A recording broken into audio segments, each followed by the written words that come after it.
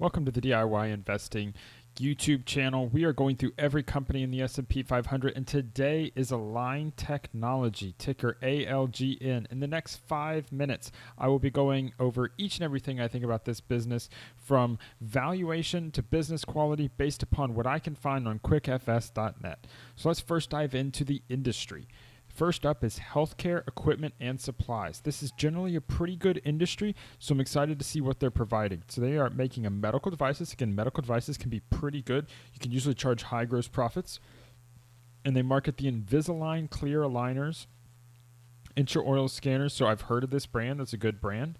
Orthodontist, general practitioners, dentist. So they're providing products into the dentistry industry. See if I can see anything. So you have the iTero scanner. So this scanner appears to be provided to orthodontists and doctors. So that probably has a pretty good moat.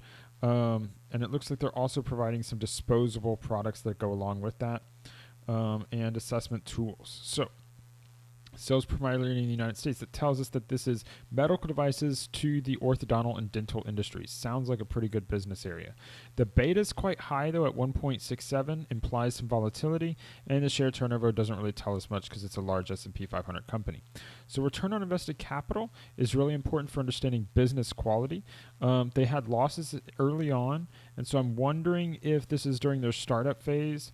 They had a loss in 2006, loss in 2009, but since 2009, they have earned money every year. So that's good. They have about 13 straight years of profitability, 12 straight years of profitability. Return on invested capital since then. Let's look at that. 22%, 15, 10, 10, 21, 18, 20, 21, 30, 30, 75, and 21. Overall, pretty good numbers. It's not very stable, but you have a lot of years above 15%, and every single year has been above 10%. So that's very attractive as a business. I like that. 10-year median returns, return on equity 21%, return on invested capital 21.3%. This right here suggests they're not using debt. We'll validate that later. But return on assets says maybe they are using some debt there. The PE ratio of 55 is extremely high. So what the market is telling us is this is a high quality business because of the high PE ratio. So this is too expensive for me to buy right now, but so far it looks like it might go on a watch list. Price to sales of 10 is way too high. I would never pay more than price 10 times sales for a business, no matter how good I think it is, and I usually don't want to spend more than 15 times earnings. However, we can see why this is. They have very high revenue, assets, free cash flow, and EPS growth. Asset and revenue growth matching is pretty good, but what's very important here that I see is EPS is outgrowing revenue, so it's showing some operating leverage as the business scales. You like to see that. Let's see about gross profit margins. So we have 74%, 75, 75, 75, 75, 75, 73, 72, 71. So for a long time, it looks like a very stable gross profit margin. You have some declines in recent years, which is a little concerning. The stability of those gross profit margins really tell us this is probably a high-quality business, just validating what we're seeing before. The operating profit margins have declined significantly, though, in 2019, 2020. Perhaps that's just the pandemic. Could be pandemic fluctuation here, which would be okay. So let's see. I wanted to see if they were using debt. They have no debt on the balance sheet. Love it. This is a really good sign. Feeling really good about this as a potential. So they've 10x their PP&E. Let's see. Income statement.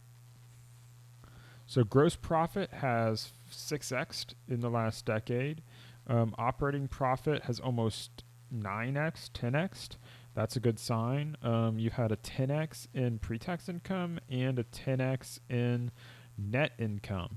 So that's very attractive. The shares outstanding is flat or down. Whew, this is a really good business. I like everything I'm seeing here. Again, this is the first time I've ever looked at this company, so I've never spent more than the 4 minutes I've spent so far with you on this company. Net issuance of common stock, you can see they're buying back stock every year, at least before the pandemic. The cash flow for operations is positive every year. So this is a strong business. Again, I'm aware of this Invisalign company brand. I like what I see here. This company, based upon this first 5 minutes, is going on my watch list. I need to do more research on it. Now, obviously, the valuation is too high. I'm not going to spend 55 PE on this company. I'm not going to spend a 10 times or 11 times price to sales. However, all of the metrics that I'm seeing, your high returns on capital, your strong gross profit margin stability, all of those things suggest a good business. Because of these high returns on capital, they're able to self-fund this growth. They're not having to use debt. It's a very attractive company that would go on my watch list in case the stock price drops. I want to get it somewhere in that 15 PE range, maybe 20 PE range if it remains to be a high grower going forward. But overall, very strong, very attractive setup here. And for me, Align Technology goes on the watch list. Don't forget to like this video. Hit that subscribe button and click on the bell so that you get notifications when new videos are released. Thank you for listening, and until next time, stop paying fees, start building wealth.